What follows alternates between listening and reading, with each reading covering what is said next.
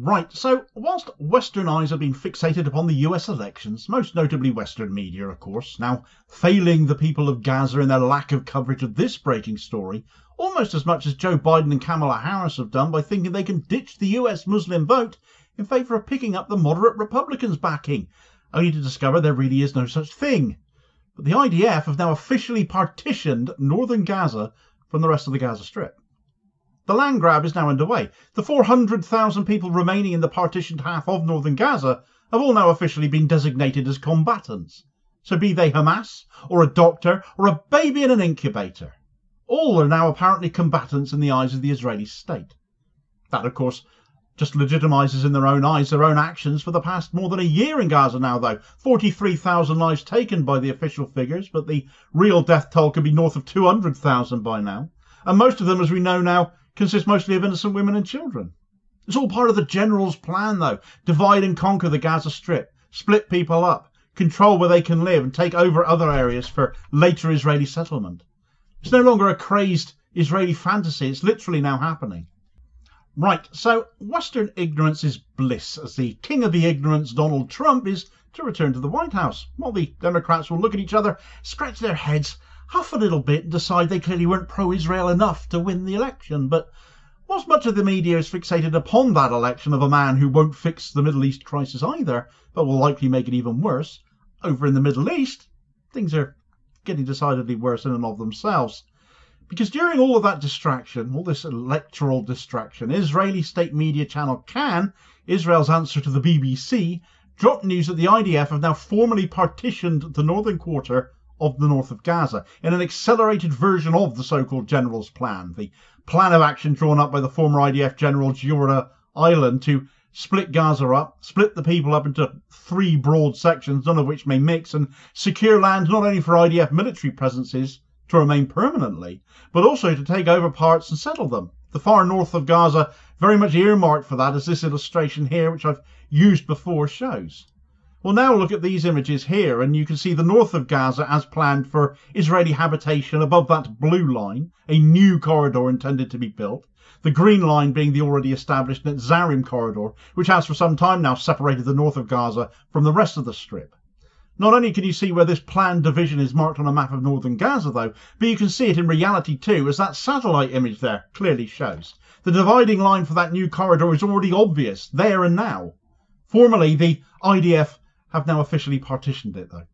The announcement from Kan diplomatic correspondent Amishai Stein dropped on Twitter UK time just as people were heading up to bonfire night displays yesterday, and at US time when people were still very much heading to the polls. So as always, when something nefarious is being published, it happens when all eyes are facing another direction. But Stein wrote on Twitter, "The IDF announces the division of the northern Gaza Strip into 2 parts has been completed, and we're getting closer to the complete evacuation of the northern part from civilians and terrorists. This time there is no intention to allow the residents of the northern Gaza Strip to return to their homes, and that humanitarian aid will regularly enter the southern Gaza Strip, since there are no more civilians left north of Gaza City. This time there is no intention to allow the residents of the northern Gaza Strip to return to their homes. There are no more civilians left north of Gaza City." Stein's words.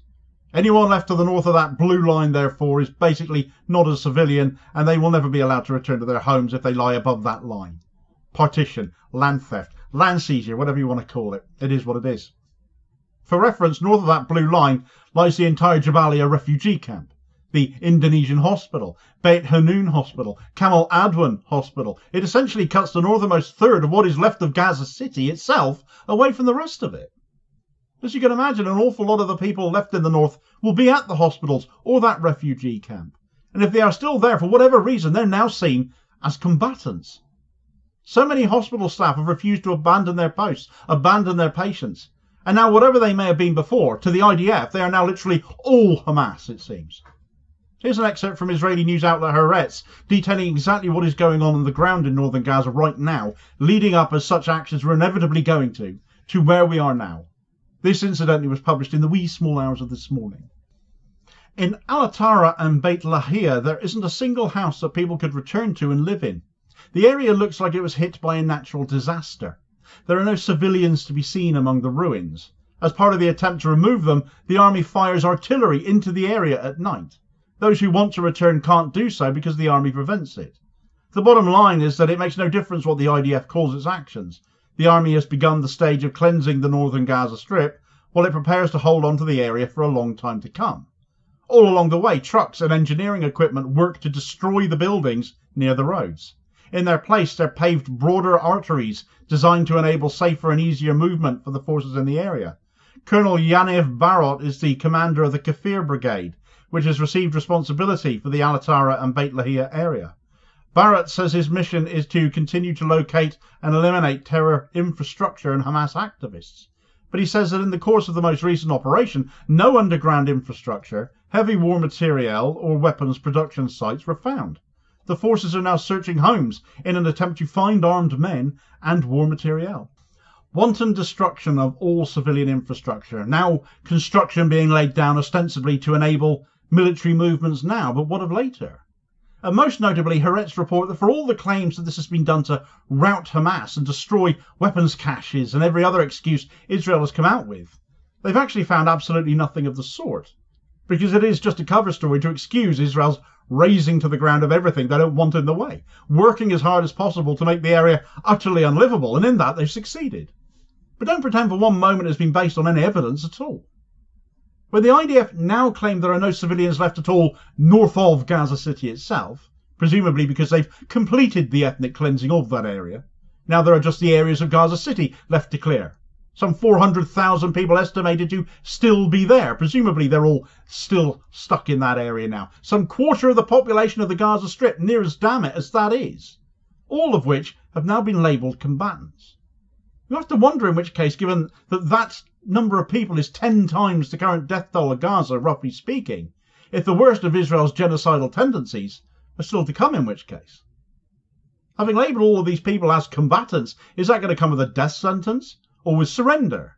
And if they do allow people to leave alive, what we're witnessing now in the north, so much worse than what has come to pass already, so difficult to comprehend as we have become so numbed with this going on for over a year now in front of many of our eyes, for the first time in front of many of our eyes, despite obviously being a story going back much, much longer, as we're also more aware of now. What we're looking at now, I would argue, is a war crime on a scale we've not seen since World War II. Aid will now only go to southern Gaza. What aid Israel even lets in as it stands anyway, because according to them, there are no more civilians in northern Gaza. 400,000 of them is the reality of that, though.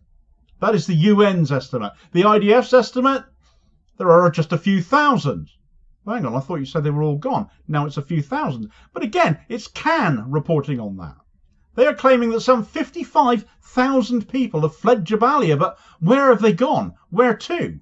Where are the images of so many people on the move then? You'd think you'd have some if you're going to report on this story. You'd figure that'd be a huge news story the world over. So many people evacuating a refugee camp. But there are none. There is none, because it's a complete falsehood. The IDF are claiming there are only a few hundred people left in Jabalia. Therefore, when they inevitably do clear that camp, as surely they are going to now that it has been partitioned off from the rest of Gaza, the numbers of casualties will get played down and global established media will no doubt continue to collude in that. Whatever happens next, we have to keep that number in mind right now. 400,000 people in the north of Gaza, according to the UN. Whatever Israel do next, that is how many lives are really on the line. Israel's Plus 972 magazine, they called that out as well. They've said, what the army has been implementing in northern Gaza since early October is not quite the general's plan, but an even more sinister and brutal version of it, within a more concentrated area.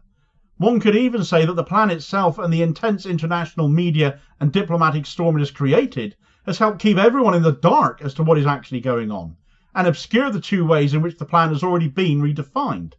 The first most immediate distinction is the abandoning of provisions for reducing harm to civilians, i.e. giving residents of northern Gaza a week to evacuate southward. The second departure concerns the real purpose of emptying the area. While portraying the military operation as a security necessity, it was in fact an embodiment of the spirit of ethnic cleansing and resettlement from day one. Israel is seeking to colonize Gaza. We know it. by partitioning the northernmost part of northern Gaza, and it has done, this has now begun. Where is the international outcry? Still with its attention diverted to Donald Flaming Trump. It looks like we needn't hope that the West sees the light anytime soon. The best hope to hold Israel to account is coming from the East, as Malaysia is now readying a resolution they think will succeed in getting Israel booted out of the UN, which would cause Western UN member states quite the headache given their apparently flexible loyalties as far as UN membership goes versus their loyalties to Israel. But is it really possible or even likely to succeed? I'm not ruling it out entirely. Check out that story in this video recommendation here as your suggested next watch. I'll hopefully catch you on the next vid. Cheers, folks.